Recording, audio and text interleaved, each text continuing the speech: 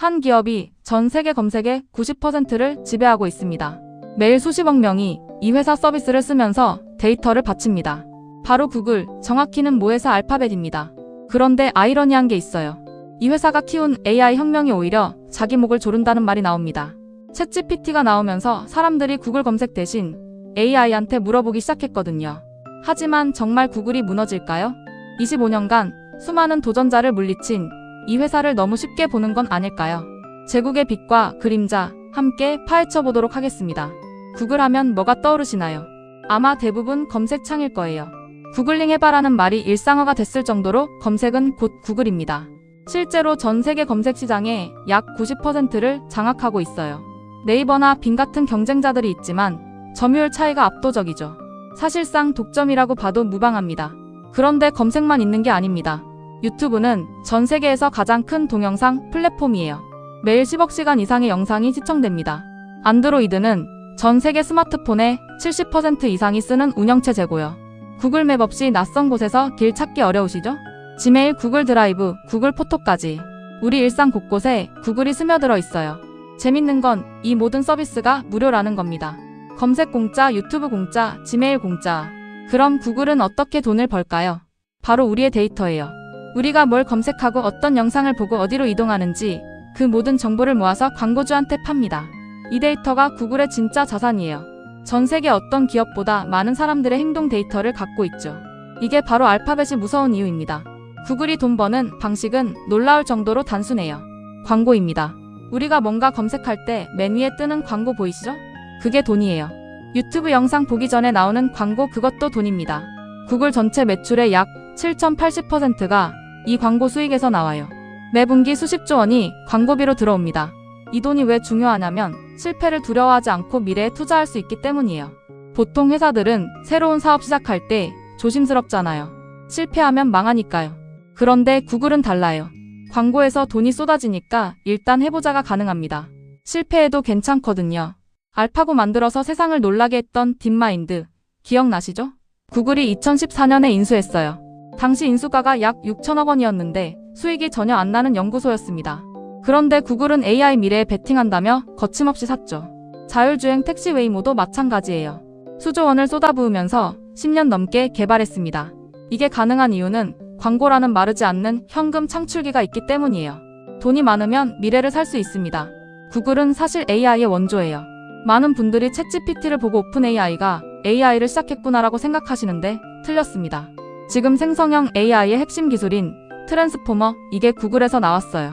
2017년에 구글 연구진이 발표한 논문이 시작이었죠. 챗GPT의 기반 기술을 만든 게 사실 구글이라는 겁니다. 알파고도 구글이에요. 2016년에 이세돌 9단을 이기면서 전 세계를 충격에 빠뜨렸잖아요. 그때 이미 구글은 AI에서 최고 수준의 기술력을 갖고 있었습니다. 지금은 제미나이라는 자체 생성형 AI를 밀고 있어요. 구글 검색에도 통합되고 있고 성능도 챗GPT와 경쟁할 만큼 올라왔습니다. 자율주행 분야에서는 더 앞서 있어요. 웨이모라는 자회사가 테슬라보다 먼저 로봇택시를 상용화했습니다. 지금 미국 샌프란시스코, 로스앤젤레스, 피닉스 같은 도시에서 실제로 무인 택시가 돌아다니고 있어요. 운전자 없이 손님을 태우고 다닙니다. 테슬라가 아직 로봇택시 상용화를 못한 걸 생각하면 웨이모가 얼마나 앞서 있는지 알 수 있죠.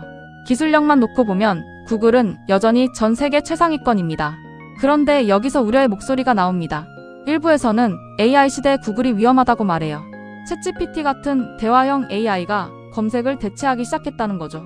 예전에는 뭔가 궁금하면 구글에서 검색하고 링크를 클릭했는데 이제는 AI한테 바로 물어보면 답을 정리해서 알려주니까요. 링크를 안 클릭하면 광고를 안 보게 되고 광고를 안 보면 구글 돈줄이 끊긴다는 논리입니다. 이걸 혁신가의 딜레마라고 부르는데요. 솔직히 저는 좀 다르게 봐요. 왜냐면 구글은 이미 25년 동안 수많은 도전자를 물리쳤거든요. 야후가 있었고 빙이 있었고 소셜 검색이 온다고도 했고 음성 검색이 모든 걸 바꾼다고도 했어요. 그때마다 구글 끝났다는 말이 나왔지만 결과는 어땠나요? 구글은 여전히 90%를 차지하고 있습니다. 더 중요한 건 구글도 가만히 있지 않는다는 거예요. 제미나이를 구글 검색에 통합하고 있고 AI 오버뷰라는 기능으로 검색 결과를 AI가 정리해서 보여주기 시작했어요. 광고 모델도 바뀔 수 있습니다. AI가 답변하면서 자연스럽게 광고를 넣는 방식으로요. 구글이 바보가 아닌 이상 손 놓고 당하진 않을 거예요. 구글의 진짜 위협은 AI보다 정보일 수 있어요. 미국 법무부가 2020년부터 구글을 상대로 대형 반독점 소송을 진행하고 있습니다.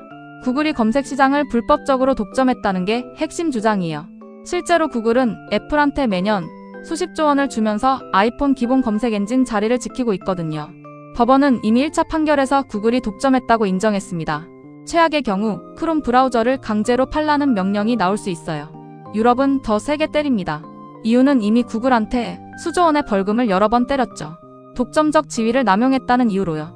왜 각국 정부가 구글을 두들겨 패냐면 너무 커졌기 때문이에요. 자본주의에서 한 기업이 너무 커지면 규제가 들어오는 게 자연스러운 흐름입니다.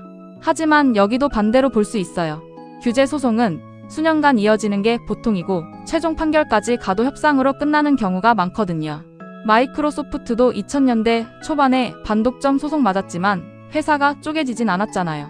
구글 정도 체력이면 버틸 수 있습니다. 그렇다면 월가의 큰 손들은 알파벳을 어떻게 볼까요? 기관 투자자 동향을 보면 흥미로운 점이 있어요. 뱅가드, 블랙록, 스테이트 스트리트 같은 세계 최대 자산 운용사들이 알파벳 지분을 꾸준히 들고 있습니다. 팔기는커녕 오히려 조금씩 늘리는 경우도 있어요. 이유가 뭘까요? 첫째, 현금 창출력이 너무 탄탄합니다. AI 위협이 있다고 해도 당장 광고 수익이 사라지지는 않거든요. 수십억 명이 여전히 구글 검색하고 유튜브 봅니다. 둘째, 밸류에이션이 다른 빅테크에 비해 저렴해요. 애플이나 마이크로소프트 대비 주가 수익 비율 PER이 낮은 편이라 가치 투자자들이 좋아합니다. 오히려 일부 기관들은 주가가 빠질 때 저평가 구간이라며 담기도 해요. 워런 버핏 스타일의 가치 투자자들이 선호하는 패턴이죠. 물론 의견이 갈리는 부분도 있어요. 일부 헤지펀드들은 AI 경쟁에서 밀릴 수 있다며 비중을 줄이고 있고 반독점 소송 결과가 나쁘면 큰 타격이라며 경계하는 목소리도 있습니다. 하지만 대형 기관 대부분은 여전히 알파벳을 핵심 보유 종목으로 갖고 있어요. 솔직히 저는 구글이 여전히 좋은 회사라고 생각해요. 몇 가지 이유가 있습니다. 첫째, 데이터의 양과 질에서 따라올 곳이 없어요. 20년 넘게 수십억 명의 검색 기록, 영상 시청 기록, 위치 데이터를 쌓아왔습니다. AI 시대에 이 데이터가 오히려 더 가치 있어져요. AI를 학습시키려면 결국 데이터가 필요하거든요. 둘째, 인재풀이 어마어마해요. 전 세계 최고의 AI 연구자들이 구글과 딥마인드에 모여 있습니다. 트랜스포머를 만든 연구진도 대부분 구글 출신이에요. 셋째, 유튜브라는 보험이 있어요. 검색이 줄어들어도 유튜브는 계속 성장하고 있거든요. 쇼츠가 틱톡과 경쟁하면서 젊은 층도 잡고 있고요. 넷째, 클라우드 사업이 드디어 수익을 내기 시작했어요. 구글 클라우드가 흑자로 돌아섰고 AI 인프라 수요가 늘면서 성장세가 가파릅니다. 광고 의존도가 높다고 했지만 천천히 다각화되고 있는 거죠. 다섯째, 현금이 넘쳐요. 수백조 원의 현금을 갖고 있어서 어떤 위기가 와도 버틸 체력이 됩니다. 자사주 매입도 공격적으로 하고 있고요. 정리해볼게요. 알파벳은 검색, 유튜브, 안드로이드로 전 세계 인터넷을 지배하는 회사입니다. 광고라는 마르지 않는 돈줄로 미래 기술에 투자하고 AI와 자율주행에서 세계 최상위권 기술력을 갖고 있죠. 웨이모는 테슬라보다 먼저 로보택시를 상용화했고 제미나이는 챗GPT와 경쟁하고 있습니다. 물론 리스크가 없는 건 아니에요. AI가 검색을 위협하고 정부는 독점이라며 압박하고 수익 구조가 광고에 치우쳐 있죠. 하지만 구글은 25년 동안 수많은 도전자를 물리쳐 왔어요. 야후, 빙, 소셜 검색, 음성 검색.